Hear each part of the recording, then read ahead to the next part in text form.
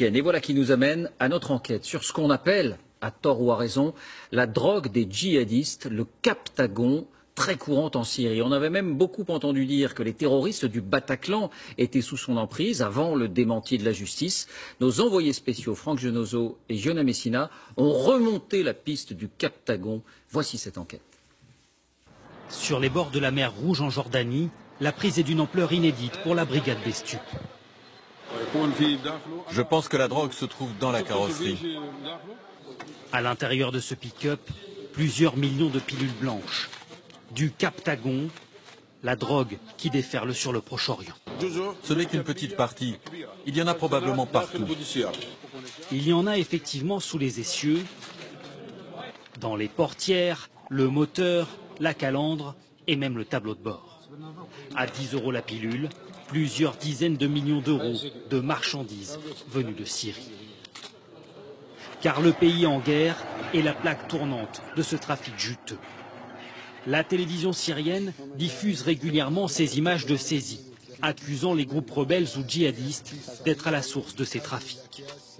Accusations renvoyées par les insurgés qui, dans certaines vidéos, dénoncent l'addiction supposée des soldats syriens.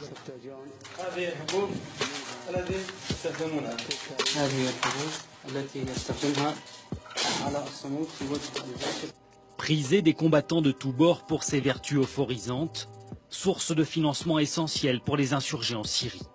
Le Captagon est le phénomène qui inquiète désormais jusqu'au plus haut niveau des autorités sanitaires mondiales. La drogue a deux objectifs. Un, soutenir le moral des combattants. Et deux, vendre ces pilules pour gagner de l'argent et financer l'achat de nouvelles armes. Pourquoi le Captagon a-t-il à ce point envahi le champ de bataille syrien?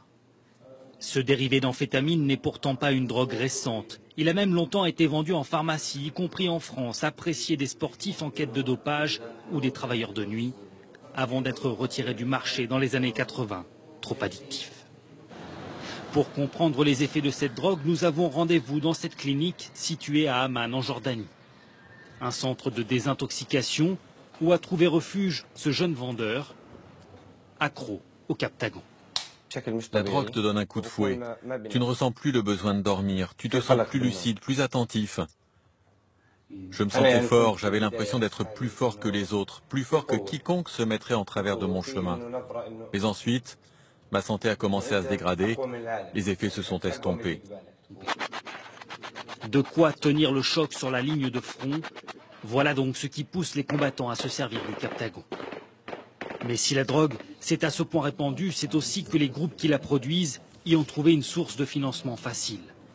Ils l'acheminent ensuite vers la Turquie au nord, mais surtout vers l'Arabie Saoudite au sud, client numéro 1 du Captagon. On pense là-bas qu'il améliore les performances sexuelles. Entre les deux pays, il y a la Jordanie. À Amman, dans les locaux de la brigade antidrogue, voici la pièce où sont stockées les saisies récentes.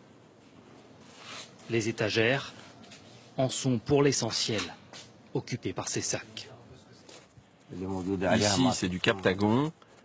Et dans ces sacs, juste ici, encore du Captagon. 28 millions de pilules saisies depuis janvier. À chaque fois, la provenance ne fait guère de doute. Cette drogue est produite par des insurgés syriens. C'est comme ça qu'ils se financent. Qui fabrique ce poison? Plusieurs experts nous ont affirmé que Daesh ne prenait pas part à ces trafics au nom de la loi islamique, laissant à d'autres groupes insurgés la production des pilules. Difficile de vérifier sur le terrain ces affirmations. Mais dans la banlieue de Beyrouth, un journaliste libanais a pu pénétrer dans un atelier clandestin. Plusieurs ouvriers s'affairent au mélange des précieuses pilules destinées à rejoindre la Syrie. Parfois, on reçoit un ordre pour fabriquer 500 000 pilules d'un coup. Nous, on ne distribue pas, on fabrique simplement, on attend les ordres. À quelques mètres de là, ces hommes sont chargés de dissimuler la drogue. Tu ouvres les boîtes de mouchoirs. Ensuite, tu fourres la drogue. Et tu refermes comme si tu n'avais jamais ouvert. On a plusieurs techniques. Avant, on les mettait dans les salades ou les bouteilles de shampoing ou de gel pour les cheveux. Mais dans les mouchoirs, c'est presque invisible. Les trafiquants préfèrent rester discrets sur les donneurs d'ordre et les destinataires de cette marchandise en Syrie. Pas question de mettre en péril un business évalué à plusieurs centaines de millions d'euros, dont une bonne partie sert à financer les combats dans un pays dévasté par 5 ans de guerre civile.